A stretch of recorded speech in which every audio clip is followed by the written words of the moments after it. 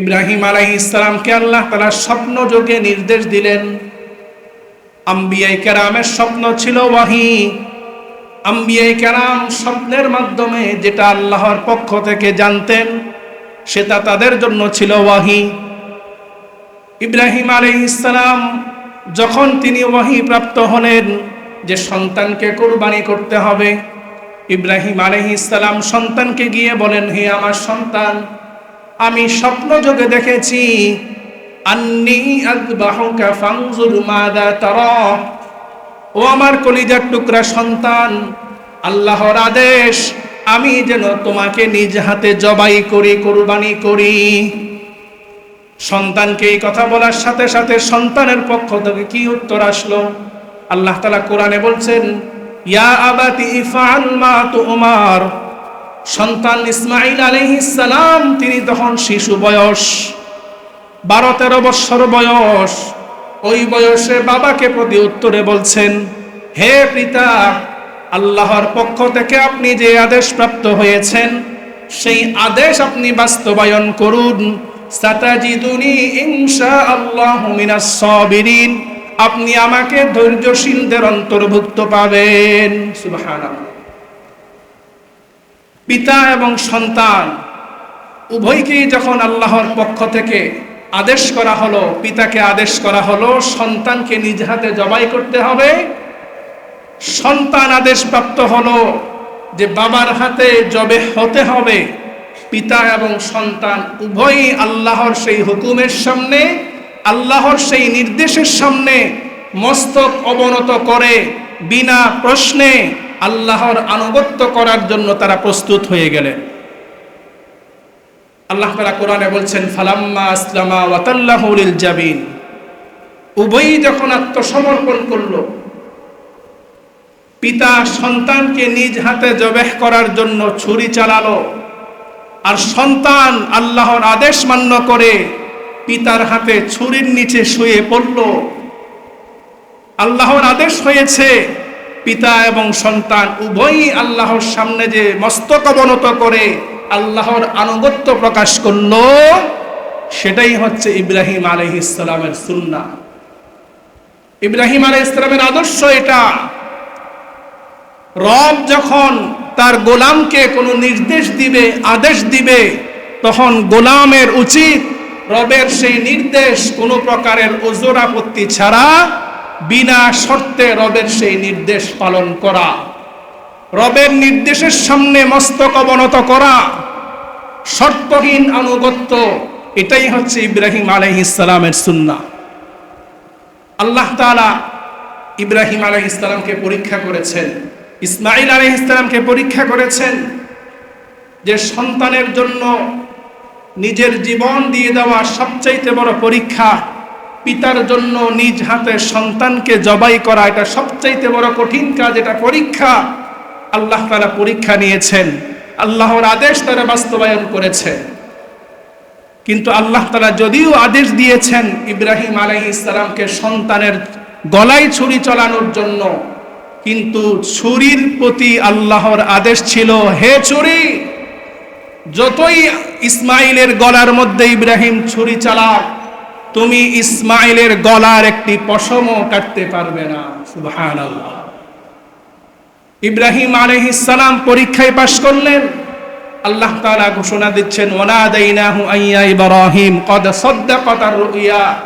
হে ইব্রাহিম, তুমি তো আমার আদেশকে বাস্তবায়ন করেছো, তোমার স্বপ্নকে বাস্তবায়ন করেছো। তো এই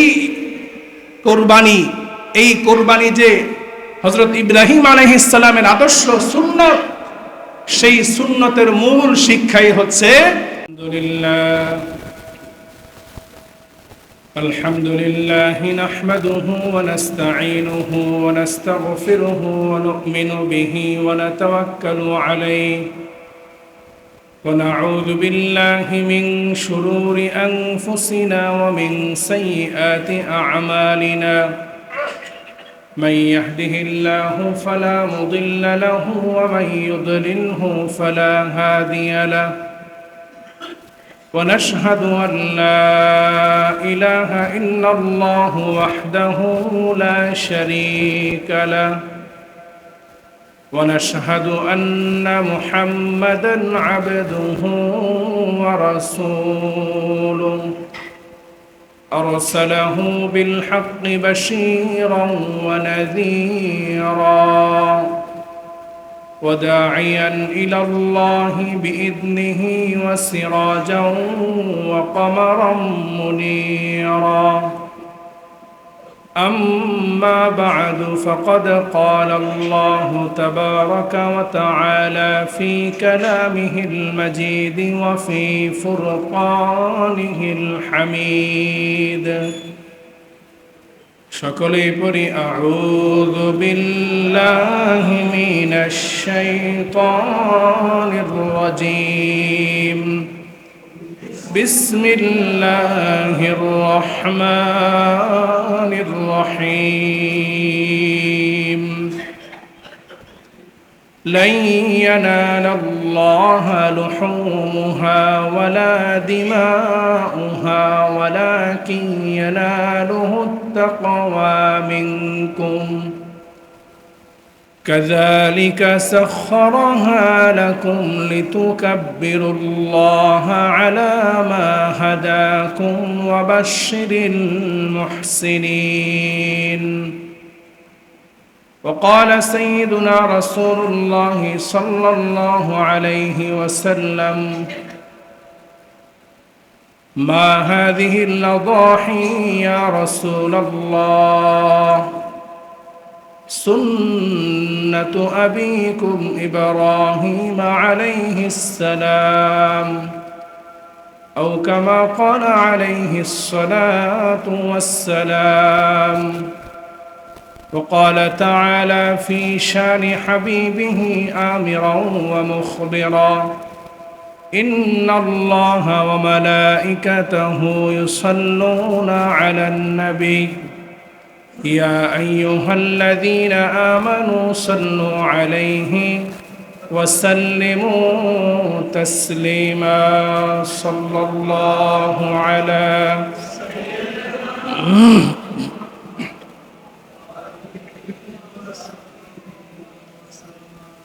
صلى الله على سيدنا محمد وآله وأصحابه وسلم بلغ العلا كشف الدجى بجماله حسنت جميع خصاله صلوا عليه لا إله إلا الله لا إله إلا الله لا إله إلا الله لا إله لا إله إلا الله لا إله لا إله إلا الله لا إله لا إله إلا الله محمد رسول الله صلى الله عليه وسلم سبحانك لا علم لنا إلا ما علمتنا إنك أنت العليم الحكيم ربي زدني علما رب اشرح لي صدري ويسر لي أمري واحلل عقدة من لساني يفقه قولي اللهم صل على محمد وأنزله المقعد المقرب عندك يوم القيامة اللهم صل على محمد وعلى آل محمد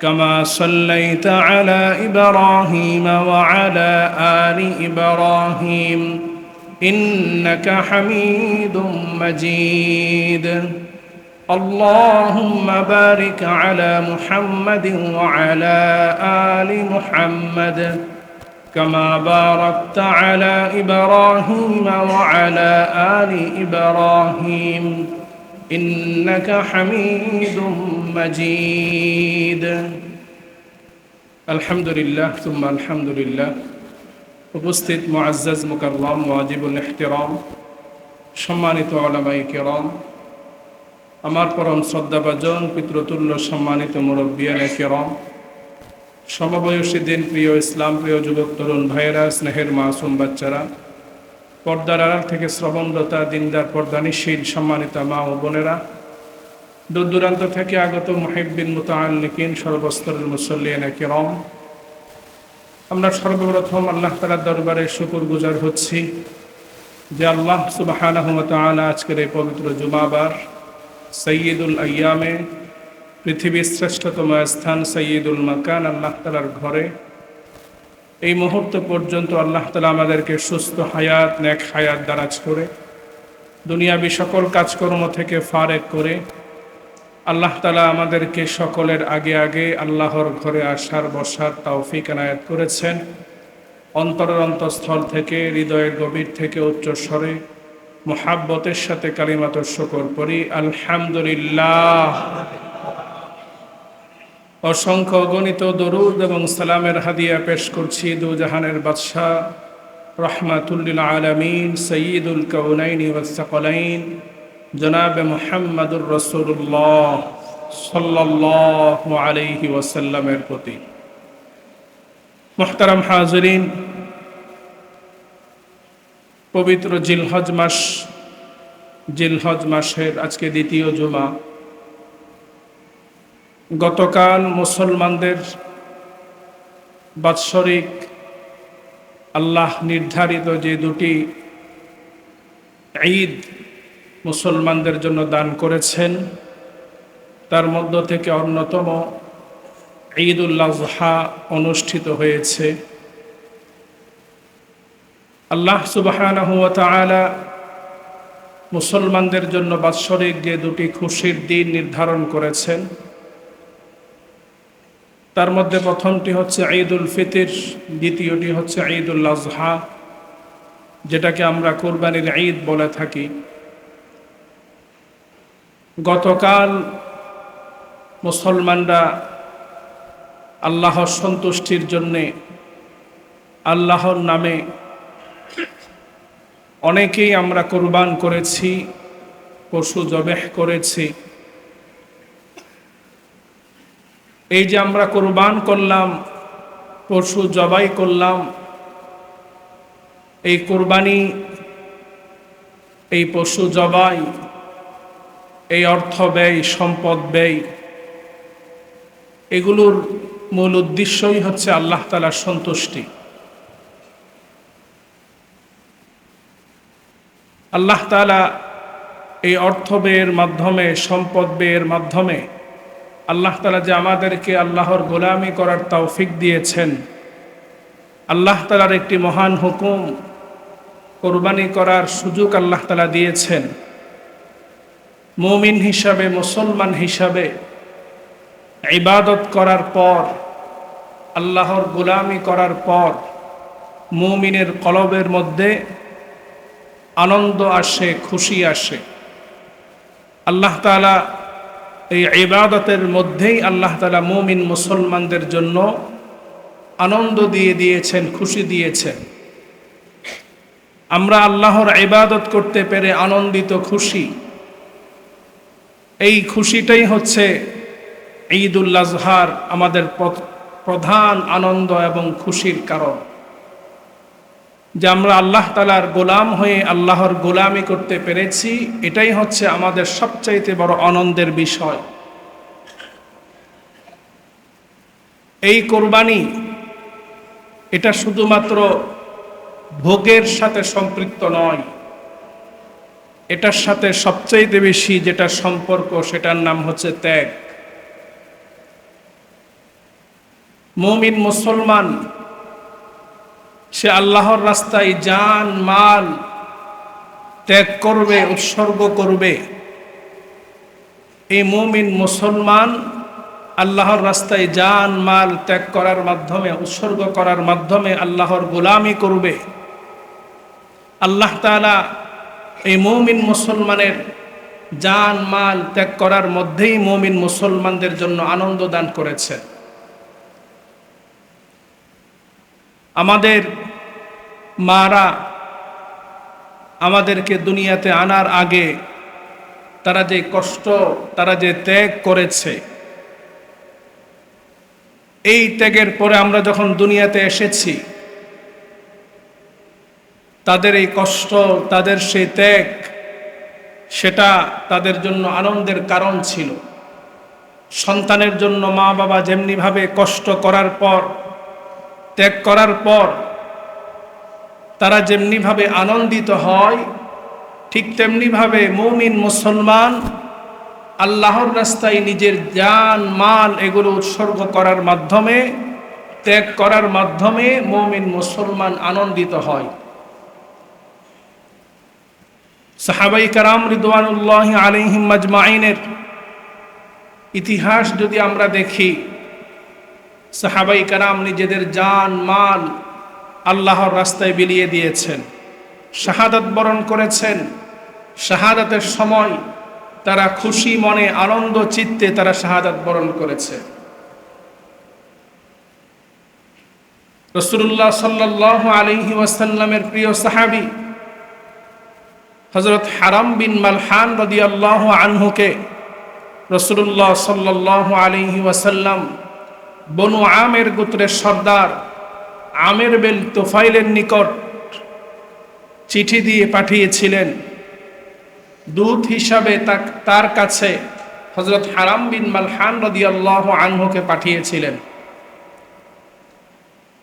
সেই আমের গোত্রের সর্দার তোফাইল রাসূলুল্লাহ সাল্লাল্লাহু আলাইহি ওয়াসাল্লামের দূতকে তার মজলিসে সে হত্যা করে।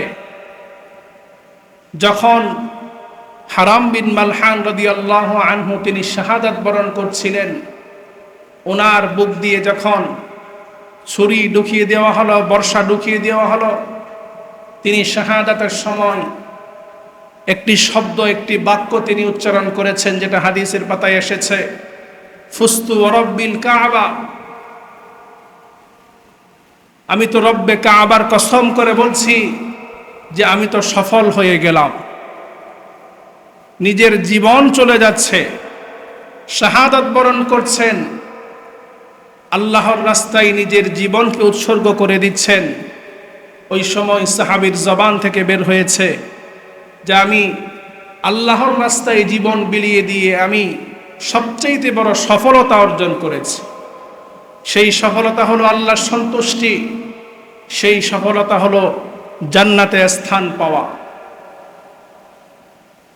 ঠিক তেমনিভাবে সাহাবায়ে কেরামের নেই আমাদের ঈমানের শক্তি যদি আমরা মজবুত করতে পারি, তাদের নেই আমরা যদি খাঁটি মুমিন হতে পারি, মুসলমান হতে পারি, তাহলে আজকের এই দিনেও আমরা যখন আল্লাহর রাস্তায় নিজের জান মালকে বিলিয়ে দিব, সেই জান মাল বিলিয়ে দেওয়া সেটা আমাদের জন্য সবচেয়ে বড় সফলতার কারণ হবে। মুহতারাম হাজিরিন, আমরা যে কোরবানি করেছি, এই কোরবানির জন্তু জবেহ করার পর সেই কোরবানির গোশত আমরা খেলাম, সেই কোরবানির গোশত আমরা মানুষকে বিলিয়ে দিলাম, মেহমানদারি করলাম। এটার দ্বারা আমাদের নিজেদের উপকার হয়েছে, লাভ হয়েছে, কিন্তু এটার দ্বারা আমাদের লাভ হলেও এই গোশত আল্লাহ তাআলা খাননি, আমাদের এই কোরবানির চামড়া আল্লাহ তাআলা নেননি, এই কোরবানির রক্ত আল্লাহ তাআলা নেননি। তাহলে আল্লাহ তাআলা আমাদের এই কোরবানির জন্তু দ্বারা কোনো উপকৃত হলেন না। তারপরও কেন আল্লাহ তাআলা আমাদেরকে এই কোরবানির বিধান দিলেন, এই কোরবানির মাধ্যমে এত এত ফাজাইল, এত এত পুরস্কারের ঘোষণা আল্লাহ তাআলা দিলেন। আল্লাহ তাআলা মূলত এই কুরবানির জন্তু জবেহ করার দ্বারা মুমিন মুসলমানদেরকে গোশত খাওয়াকে মহান উদ্দেশ্য করেন নাই। মুমিন মুসলমানদের জন্য এই গোশত বন্টন করাকে মহান উদ্দেশ্য করেননি। আল্লাহ সুবহানাহু ওয়া তাআলা এই কুরবানির বিধান দিয়েছেন মুমিন মুসলমানদের জন্য একটি বিশাল শিক্ষা দেওয়ার জন্য। আল্লাহ সুবহানাহু ওয়া তাআলা পবিত্র কোরআনে ইরশাদ করছেন, লা ইয়ানালাল্লাহা লুহুমুহা ওয়ালা দিমাউহা ওয়ালাকিন ইয়ানালুহুত তাকওয়া মিনকুম, যে আল্লাহ তাআলার কাছে কুরবানির জন্তুর রক্ত পৌঁছে না, গোশত পৌঁছে না, কোনো কিছু পৌঁছে না। ওয়ালাকিন ইয়ানালুহুত তাকওয়া মিনকুম, শুধুমাত্র আল্লাহ তাআলা মুমিন মুসলমানদের তাকওয়া আল্লাহ তাআলার কাছে পৌঁছে। এই কুরবানির যে মূল মেসেজ, মূল যে শিক্ষা, সেই শিক্ষা যদি আমি আমার ব্যক্তি জীবনে, আমি আমার পারিবারিক জীবনে, সামাজিক জীবনে, রাষ্ট্রীয় জীবনে আমি যদি বাস্তবায়ন করতে না পারি, তাহলে বৎসরের পর বৎসর আমি কোরবানি দিলাম, আমি বাজারের সবচেয়ে দামি জন্তুটি ক্রয় করে আমি কোরবানি করলাম, গোশত খেলাম, মানুষকে দান করলাম, মানুষকে খাওয়ালাম, এই কোরবানির দ্বারা বিন্দু মাত্র কোনো ফায়দা উপকার আমাদের আসবে না যদি কোরবানির মূল শিক্ষা আমি আমার জীবনে বাস্তবায়ন করতে না পারি। কোরবানি এটা কি জিনিস, এটার শিক্ষা কি, এই প্রশ্নটা আমরা কখনো কোনো আলেমের কাছে করেছি কিনা আমরাই ভালো বলতে পারবো। কিন্তু সাহাবাই কারাম রিদওয়ানুল্লাহি আলাইহিম আজমাইন রাসূলুল্লাহ সাল্লাল্লাহু আলাইহি ওয়াসাল্লামকে প্রশ্ন করেছেন, মা হাদিহিল আদাহি ইয়া রাসূলুল্লাহ, যে হে আল্লাহর রাসূল, আমরা যে কোরবানি করছি এই কোরবানি এটা কি জিনিস, এটার শিক্ষা কি? রাসূলুল্লাহ সাল্লাল্লাহু আলাইহি ওয়াসাল্লাম সাহাবায়ে কেরাম রিদওয়ানুল্লাহি আলাইহিম আজমাইনের প্রশ্ন শোনার পর প্রশ্নের উত্তরে রাসূল বলেন, সুন্নাতু আবিকুম ইব্রাহিম, এই যে কোরবানির বিধান, এই যে কোরবানি আমরা করি, এই কোরবানি এটা হচ্ছে হযরত ইব্রাহিম আলাইহিস সালাম, মুসলিম মিল্লাতের জাতির পিতা হযরত ইব্রাহিম আলাইহিস সালামের সুন্নাহ, ইব্রাহিম আলাইহিস সালামের আদর্শ। এই কোরবানি হচ্ছে হযরত ইব্রাহিম আলাইহিস সালামের সুন্নাহ এবং আদর্শ। রাসূলুল্লাহ সাল্লাল্লাহু আলাইহি ওয়াসাল্লাম সাহাবায়ে কেরামকে এই কোরবানির প্রশ্নের উত্তরে তিনি যে উত্তর দিলেন যে এই কোরবানি এটা হচ্ছে ইব্রাহিম আলাইহিস সালামের সুন্নাহ বা আদর্শ। ইব্রাহিম আলাইহিস সালামের সুন্নাহ এটা কি, ইব্রাহিম আলাইহিস সালামের আদর্শ এটা কি? ইব্রাহিম আলাইহিস সালাম কি এমন সুন্নাহ আমাদের জন্য রেখেছেন, কি এমন আদর্শ তিনি আমাদের জন্য রেখে গিয়েছেন, যেই আদর্শ আল্লাহ সুবহানাহু ওয়া তাআলা কিয়ামত পর্যন্ত সকলের উপর ওয়াজিব করে দিয়েছেন। ইব্রাহিম আলাইহিস সালামের সুন্নাহ এটা কি, আদর্শ এটা কি? ইব্রাহিম আলাইহিস সালাম তিনি যে সুন্নাহ রেখেছেন, তিনি যে আদর্শ রেখেছেন, সেটা আল্লাহ সুবহানাহু ওয়া তাআলা পবিত্র কোরআনে ইরশাদ করেছে, قال رب هب لي من الصالحين فبشرناه بغلام حليم فلما بلغ معه السعي قال يا بني إني أرى في المنام أني أذبحك فانظر ماذا ترى قال يا أبت افعل ما تؤمر ستجدني إن شاء الله من الصابرين فلما أسلما وتله للجبين وناديناه أن يا إبراهيم قد صدقت الرؤيا إنا كذلك نجزي المحسنين। হযরত ইব্রাহিম আলাইহিস সালাম এমন একজন পয়গম্বর ছিলেন যে পয়গম্বরকে আল্লাহ তাআলার খলিল উপাধি দেওয়া হয়েছে, বন্ধু উপাধি দেওয়া হয়েছে। খলিলুল্লাহ যার নাম, সেই ইব্রাহিম আলাইহিস সালাম, তিনি আল্লাহর বন্ধু উপাধি পাওয়ার জন্যে আল্লাহ তাআলার অনেকগুলো পরীক্ষার সম্মুখীন হয়েছিলেন। ইব্রাহিম আলাইহিস সালাম তার জীবনের যতগুলো পরীক্ষা আছে তার মধ্যে অন্যতম একটি পরীক্ষা, সেটা হচ্ছে এই কোরবানির পরীক্ষা। আল্লাহ সুবহানাহু ওয়া তাআলার কাছে ইব্রাহিম আলাইহিস সালাম বৃদ্ধ বয়স, 90 বছরের পরে বৃদ্ধ বয়সে আল্লাহর কাছে নিঃসন্তান অবস্থায় দোয়া করেছেন, রব্বি হাবলি মিনাস সালিহিন। হে আল্লাহ, বয়স তো কম হয় নাই, সন্তান পাওয়ার জন্য অনেক চেষ্টা করেছি, শেষ বয়সে আপনার কাছে নেক সন্তান চাই, একজন ভালো একজন সন্তান আপনি আমাকে দান করুন। রব্বি হাবলি মিনাস সালিহিন। আল্লাহর কাছে ইব্রাহিম আলাইহিস সালাম সন্তানের জন্য দোয়া করেছেন। ইব্রাহিম আলাইহিস সালাম তিনি আল্লাহর পয়গম্বর ছিলেন। আল্লাহর পয়গম্বর হওয়া সত্ত্বেও তিনি সন্তান পাওয়ার জন্য দোয়া করেছেন কার কাছে? কথা বলেন। আল্লাহর পয়গম্বর হওয়া সত্ত্বেও সন্তান চেয়েছেন কার কাছে? আল্লাহর পয়গম্বর হওয়ার পরেও তিনি সন্তান চেয়েছেন আল্লাহর কাছে। এর দ্বারা তিনি এটাই আমাদেরকে শিক্ষা দিয়েছেন যে একমাত্র সন্তান দেওয়ার মালিক হলেন আল্লাহ।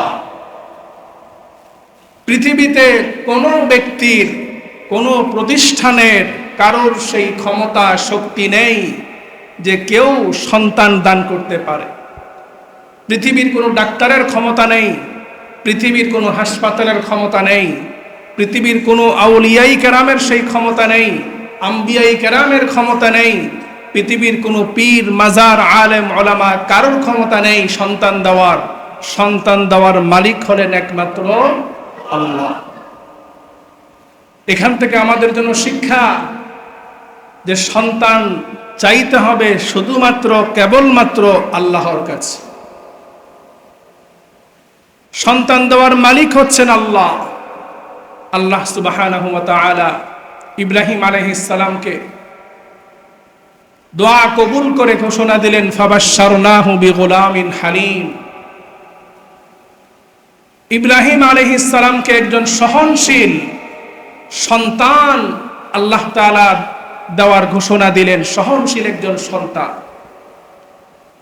ইব্রাহিম আলাইহিস সালাম বৃদ্ধ বয়সে তিনি যখন একজন সন্তান পেলেন, স্বাভাবিকভাবেই এই সন্তানকে লালন পালন করা, আদর আপ্যায়ন করা, তাকে কাছে রাখা, এটা পিতা হিসাবে সন্তানের প্রতি তার দায়িত্ব। সন্তানের প্রতি আবেগ, ভালোবাসা। স্বাভাবিকভাবে যখন আমাদের সমাজে কোনো মানুষের দীর্ঘ সময় পর্যন্ত সন্তান হয় না, অনেক সময় দেখা যায় আল্লাহর হুকুমে 20 বছর, 30 বছর পরে, 40 বছর পরে যদি কারো কোনো সন্তান হয়, তখন দেখা যায় ওই সন্তানকে ওই মা বাবা নিজের জীবনের চাইতে বেশি ভালোবাসে। ওই সন্তানকে লালন পালন করতে গিয়ে তিনি তার জান মাল সব কিছু ব্যয় করে দেন। সন্তানটা যেন ভালো থাকে, সন্তানটা যেন ভালো মানুষ হতে পারে, সন্তানটা যেন সুখী হতে পারে। সন্তানকে সবসময় নিজের কাছে বুকে আগলিয়ে রাখে। ইব্রাহিম আলাইহিস সালাম তিনি যখন শেষ বয়সে সন্তান পেলেন, আল্লাহ সুবহানাহু ওয়া তাআলা সাথে সাথে ওই সন্তানকে ইব্রাহিম আলাইহিস সালাম থেকে দূরে সরিয়ে দিলেন। সেই মক্কা নগরীতে যেখানে কোনো মানব ছিল না, কোনো দানব ছিল না, মরু প্রান্তর, সেই মরু প্রান্তরে মা এবং সন্তানকে রেখে আসতে বললেন। ইব্রাহিম আলাইহিস সালাম যেই সময় সন্তানকে একটু কোলে নিতেন, চুমু খেতেন, আদর করতেন, ওই সময় আল্লাহর নির্দেশ আসলো যে সন্তানকে তুমি মক্কা নগরীতে রেখে আস। আল্লাহর হুকুম, আল্লাহর আদেশ। ইব্রাহিম আলাইহিস সালাম কোনো সওয়াল করেননি, পাল্টা প্রশ্ন করেননি যে হে আল্লাহ, এই বৃদ্ধ বয়সে একটা সন্তান চেয়ে একটা সন্তান পেলাম, সেটাকেও আপনি আবার দূরে সরিয়ে দিচ্ছেন, এ কেমন পরীক্ষা? আল্লাহর আদেশ পাওয়ার সাথে সাথে হযরত হাজরা আলাইহিস সালাম সহ ইসমাঈল আলাইহিস সালামকে সেই মক্কাই মরুভূমিতে রেখে চলে এসেছেন। সেখানে কোনো ঘর ছিল না, বাড়ি ছিল না, মানুষ ছিল না, কোনো কিছুই ছিল না।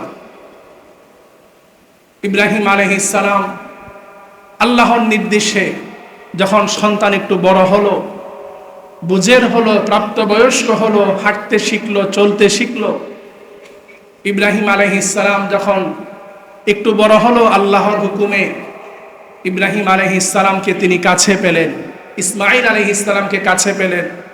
দীর্ঘদিন পর্যন্ত সন্তান দূরে ছিল। একটু প্রাপ্তবয়স্ক হওয়ার পর সন্তান যখন কাছে আসলো, ওই সন্তানকে ওই সময় খুব বেশি আদর করতেন, ভালোবাসতেন। আল্লাহর পক্ষ থেকে আবার পরীক্ষা যে হে পয়গম্বর, আপনি আপনার সন্তানকে আমার জন্য আপনি কুরবানি করুন।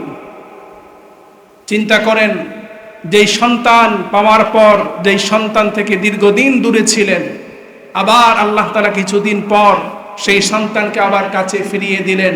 আবার আল্লাহর নির্দেশ চলে আসলো যে হে ইব্রাহিম, আপনি আমার জন্য আপনার সন্তানকে কুরবানি করুন, জবেহ করুন। ইব্রাহিম আলাইহিস সালাম আল্লাহর কাছে একটা বারের জন্য কোনো পাল্টা প্রশ্ন করেননি, হে আল্লাহ, দুনিয়াতে এত কিছু কুরবানি করার থাকতে আমার সন্তানকেই কেন কুরবানি করতে হবে? আপনি একটু চেঞ্জ করে দেন না, পরিবর্তন করে দেন না। কোনো ওজোর আপত্তি ইব্রাহিম আলাইহিস সালাম করেননি। ইব্রাহিম আলাইহিস সালামকে আল্লাহ তাআলা স্বপ্ন যোগে নির্দেশ দিলেন। আম্বিয়ায়ে কেরামের স্বপ্ন ছিল ওয়াহী। আম্বিয়ায়ে কেরাম স্বপ্নের মাধ্যমে যেটা আল্লাহর পক্ষ থেকে জানতেন, সেটা তাদের জন্য ছিল ওয়াহী। ইব্রাহিম আলাইহিস সালাম যখন তিনি ওয়াহী প্রাপ্ত হলেন যে সন্তানকে কুরবানি করতে হবে, ইব্রাহিম আলাইহিস সালাম সন্তানকে গিয়ে বলেন, হে আমার সন্তান, আমি স্বপ্ন যোগে দেখেছি, আন্নী আযবাহুকা ফানজুর মাযা তারা। ও আমার কলিজার টুকরা সন্তান, আল্লাহর আদেশ আমি যেন তোমাকে নিজ হাতে জবাই করি, কুরবানি করি। সন্তানকে এই কথা বলার সাথে সাথে সন্তানের পক্ষ থেকে কি উত্তর আসলো? আল্লাহ তাআলা কোরআনে বলছেন, ইয়া আবাতি ইফআল মা তুমার। সন্তান ইসমাঈল আলাইহিস সালাম তিনি তখন শিশু বয়স, 12-13 বছর বয়স। ওই বয়সে বাবাকে প্রতি উত্তরে বলছেন, হে পিতা, আল্লাহর পক্ষ থেকে আপনি যে আদেশ প্রাপ্ত হয়েছেন, সেই আদেশ আপনি বাস্তবায়ন করুন। সাতাজিদুনি ইনশাআল্লাহু মিনাস সাবিরিন। আপনি আমাকে ধৈর্যশীলদের অন্তর্ভুক্ত পাবেন। সুবহানাল্লাহ। পিতা এবং সন্তান উভয়কেই যখন আল্লাহর পক্ষ থেকে আদেশ করা হলো, পিতাকে আদেশ করা হলো সন্তানকে নিজ হাতে জবাই করতে হবে, সন্তান আদেশ প্রাপ্ত হলো যে বাবার হাতে জবে হতে হবে। পিতা এবং সন্তান উভয়ই আল্লাহর সেই হুকুমের সামনে, আল্লাহর সেই নির্দেশের সামনে মস্তক অবনত করে বিনা প্রশ্নে আল্লাহর আনুগত্য করার জন্য তারা প্রস্তুত হয়ে গেলেন। আল্লাহ তাআলা কোরআনে বলছেন, ফালাম্মা আসলামা ওয়া তাল্লাহু লিল জাবিন। উভয়ই যখন আত্মসমর্পণ করলো, পিতা সন্তানকে নিজ হাতে জবেহ করার জন্য ছুরি চালালো, আর সন্তান আল্লাহর আদেশ মান্য করে পিতার হাতে ছুরির নিচে শুয়ে পড়ল। আল্লাহর আদেশ হয়েছে, পিতা এবং সন্তান উভয়ই আল্লাহর সামনে যে মস্তক অবনত করে আল্লাহর আনুগত্য প্রকাশ করলো, সেটাই হচ্ছে ইব্রাহিম আলাইহিস সালামের সুন্নাহ। ইব্রাহিম আলাইহিস সালামের আদর্শ এটা। রব যখন তার গোলামকে কোনো নির্দেশ দিবে, আদেশ দিবে, তখন গোলামের উচিত রবের সেই নির্দেশ কোনো প্রকারের ওজর আপত্তি ছাড়া বিনা শর্তে রবের সেই নির্দেশ পালন করা, রবের নির্দেশের সামনে মস্তক অবনত করা। শর্তহীন আনুগত্য, এটাই হচ্ছে ইব্রাহিম আলাইহিস সালামের সুন্নাহ। আল্লাহ তাআলা ইব্রাহিম আলাইহিস সালামকে পরীক্ষা করেছেন, ইসমাঈল আলাইহিস সালামকে পরীক্ষা করেছেন, যে সন্তানের জন্য নিজের জীবন দিয়ে দেওয়া সবচাইতে বড় পরীক্ষা। পিতার জন্য নিজ হাতে সন্তানকে জবাই করা, এটা সবচাইতে বড় কঠিন কাজ, এটা পরীক্ষা। আল্লাহ তাআলা পরীক্ষা নিয়েছেন, আল্লাহর আদেশ তারা বাস্তবায়ন করেছে। কিন্তু আল্লাহ তাআলা যদিও আদেশ দিয়েছেন ইব্রাহিম আলাইহিস সালামকে সন্তানের গলায় ছুরি চালানোর জন্য, কিন্তু ছুরির প্রতি আল্লাহর আদেশ ছিল, হে ছুরি, যতই ইসমাইলের গলার মধ্যে ইব্রাহিম ছুরি চালাক, তুমি ইসমাইলের গলার একটি পশমও কাটতে পারবে না। সুবহানাল্লাহ। ইব্রাহিম আলাইহিস সালাম পরীক্ষায় পাশ করলেন। আল্লাহ তাআলা ঘোষণা দিচ্ছেন, ওয়ানাদাইনাহু আইয়া ইব্রাহিম কদ সাদ্দাকাতার রুইয়া। হে ইব্রাহিম, তুমি তো আমার আদেশকে বাস্তবায়ন করেছো, তোমার স্বপ্নকে বাস্তবায়ন করেছো। তো এই কোরবানি যে হযরত ইব্রাহিম আলাইহিস সালামের আদর্শ সুন্নত, সেই সুন্নতের মূল শিক্ষাই হচ্ছে আল্লাহর পক্ষ থেকে ইব্রাহিম আলাইহিস সালাম এবং ইসমাঈল আলাইহিস সালাম, তারা যখন আল্লাহর পক্ষ থেকে আদেশ আসার পর পরিপূর্ণভাবে শর্তহীনভাবে মস্তক অবনত করে আল্লাহর আনুগত্য প্রকাশ করেছেন। এটাই হচ্ছে কোরবানির মূল শিক্ষা।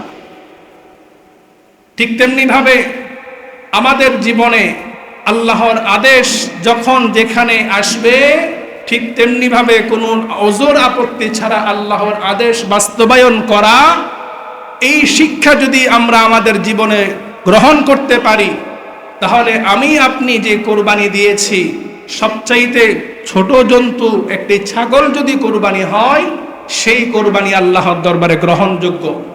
সেই কোরবানির বিনিময়ে আশা করা যায় আল্লাহ তাআলার কাছে আমরা বড় পুরস্কার পাব। যদি এই শিক্ষা আমাদের জীবনে না থাকে, আল্লাহর আদেশের সামনে শর্তহীন আনুগত্য করা যদি আমরা করতে না শিখি, তাহলে আমরা খাঁটি মুমিন হতে পারলাম না। রাসূলুল্লাহ সাল্লাল্লাহু আলাইহি ওয়াসাল্লাম ইরশাদ করেন, লা ইউমিনু আহাদুকুম হাত্তা ইয়াকুনা হাওয়াহু তাবআন লিমা জিতু বিহি। ততক্ষণ পর্যন্ত তোমরা মুমিন হতে পারবে না যতক্ষণ পর্যন্ত আমার আনিত দ্বীনের উপর, শরীয়তের উপর তোমরা পূর্ণ আনুগত্য না করবে। এখন তো আমরা আল্লাহ এবং আল্লাহ রসুলের আনিত দ্বীনের আনুগত্য না করে এখন আমরা নফসের আনুগত্য করি, শয়তানের আনুগত্য করি। আল্লাহর আদেশের সামনে আমাদের ওজরের শেষ নাই। আল্লাহর মহান আদেশ, যখন মসজিদে আজান হবে, আজান হওয়ার সাথে সাথে নামাজ পড়ার জন্য মসজিদে চলে আসবে। 5 ওয়াক্ত নামাজ আমাদের উপর ফরজ। আজকে ফজরের নামাজে আমরা কয়জন আল্লাহর আদেশ মেনে আল্লাহর ঘরে মসজিদে এসে নামাজ পড়েছি? ফজরের আজান যখন হয় তখন আমাদের ঘুমের ওজর থাকে, ঘুম পুরা হয়নি। আমার আপনার ঘুমের ওজরের কারণে আমি আপনি সামান্য ঘুম কোরবানি দিয়ে মসজিদে আসতে পারি না। আমার আপনার কোরবানি কিভাবে ইব্রাহিম আলাইহিস সালামের সুন্নাহ হবে বলেন?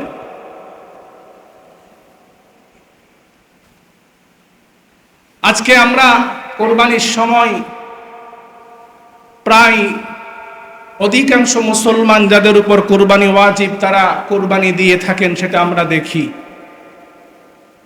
কিন্তু আমাদের দেশে যাদের উপর যাকাত ফরজ, সম্পূর্ণভাবে হক আদায় করে যথাযথ হিসাব করে সম্পদের যাকাত আদায় করে, এই দেশে 5% মানুষও পাওয়া যাবে না। তার কারণ কি? যাকাতের একটি অংশ সম্পূর্ণভাবে গরিব মিসকিনদেরকে দান করে দিতে হয়। কিন্তু কোরবানির ক্ষেত্রে চিত্র ভিন্ন। কোরবানির বড় বড় গরু, বড় বড় জন্তু আমরা ক্রয় করি। এই কোরবানির জন্তু ক্রয় করার পর আল্লাহ তাআলা এই আদেশ দেননি যে কোরবানি করার পরে সম্পূর্ণ গোশত তোমরা দান করে দিবে। আজকে যদি যাকাতের নেই, সম্পূর্ণ অর্থ সম্পূর্ণ কোরবানির গোশত দান করে দেওয়ার আদেশ থাকতো, তাহলে আমার মন বলে এই সমাজে আমরা 5% মানুষও কোরবানি দিতাম না।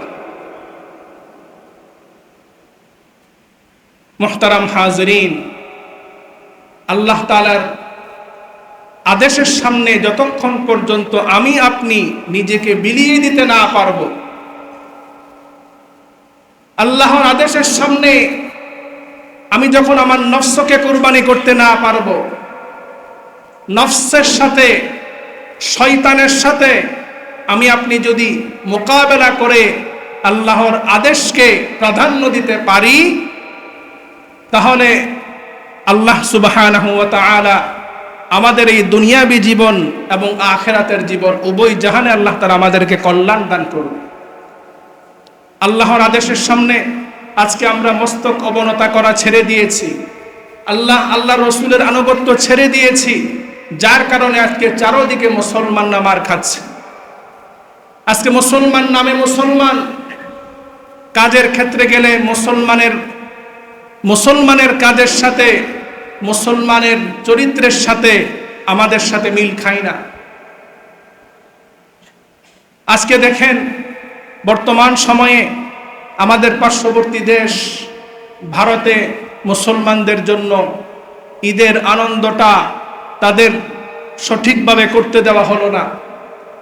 ভারতের মুসলমানদেরকে গরু জবাই করা নিষেধ করা হলো, এমনকি গরু জবাই ছাড়া অন্য কোনো পশু যে তারা জবাই করে ঈদ আনন্দ উদযাপন করবে সেই সুযোগটা পর্যন্ত দেওয়া হয়নি। কিন্তু দুঃখের বিষয়, আফসোসের বিষয়, পার্শ্ববর্তী দেশে এত বড় জুলুম করা হলো মুসলমানদের উপর, মুসলমানদের ধর্মীয় স্বাধীনতায় হস্তক্ষেপ করা হলো। আমরা মুসলমান হয়ে, মুসলিম রাষ্ট্র হয়ে, পার্শ্ববর্তী দেশের মানুষ হয়ে আমাদের পক্ষ থেকে কোনো একটি প্রতিবাদ জানানোর সেই সুযোগ পর্যন্ত হয়নি। এই দেশে যখন হিন্দুদের উপর সামান্য বিন্দু থেকে বিন্দু কোনো একটি দুর্ঘটনা ঘটে, সাথে সাথে পার্শ্ববর্তী দেশ থেকে বিবৃতি চলে আসে যে বাংলাদেশের হিন্দুদের উপর নির্যাতন চালানো হচ্ছে। কিন্তু মুসলমানদেরকে যেভাবে সেখানে হত্যা করা হচ্ছে, মুসলমানদের ধর্মীয় স্বাধীনতা হরণ করা হচ্ছে, মুসলমানদের মসজিদগুলো ধ্বংস করে দেওয়া হচ্ছে, আমাদের দেশ থেকে কোনো একটি বিবৃতি দেওয়ার মতো সাহস হচ্ছে না। তার কারণ হচ্ছে আমাদের ঈমানি শক্তি চলে গিয়েছে, আমাদের ঈমানের দুর্বলতা। আমরা চিন্তা করি যে আমার পার্শ্ববর্তী দেশের মুসলমানের পক্ষে কথা বলতে গিয়ে না জানি আমার ক্ষমতার চেয়ারটা সরে যায়।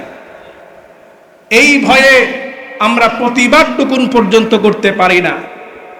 আমার দেশের সীমান্তে আমার দেশের মানুষদেরকে পাখির মতো গুলি করে মারা হচ্ছে, আমাদের দেশ থেকে একটা প্রতিবাদ পর্যন্ত জানানোর সাহস হচ্ছে না।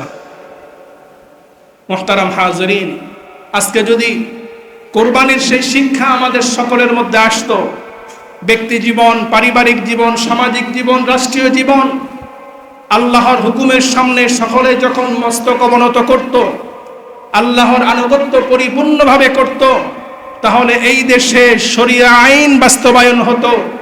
এই দেশে লামিসার মতো মেয়েকে ধর্ষিত হওয়ার পরও দোষী যে নিজে স্বীকারোক্তি দিয়েছে, সাক্ষী থাকার পরেও এখনো পর্যন্ত তার বিচার কার্যকর হয়নি।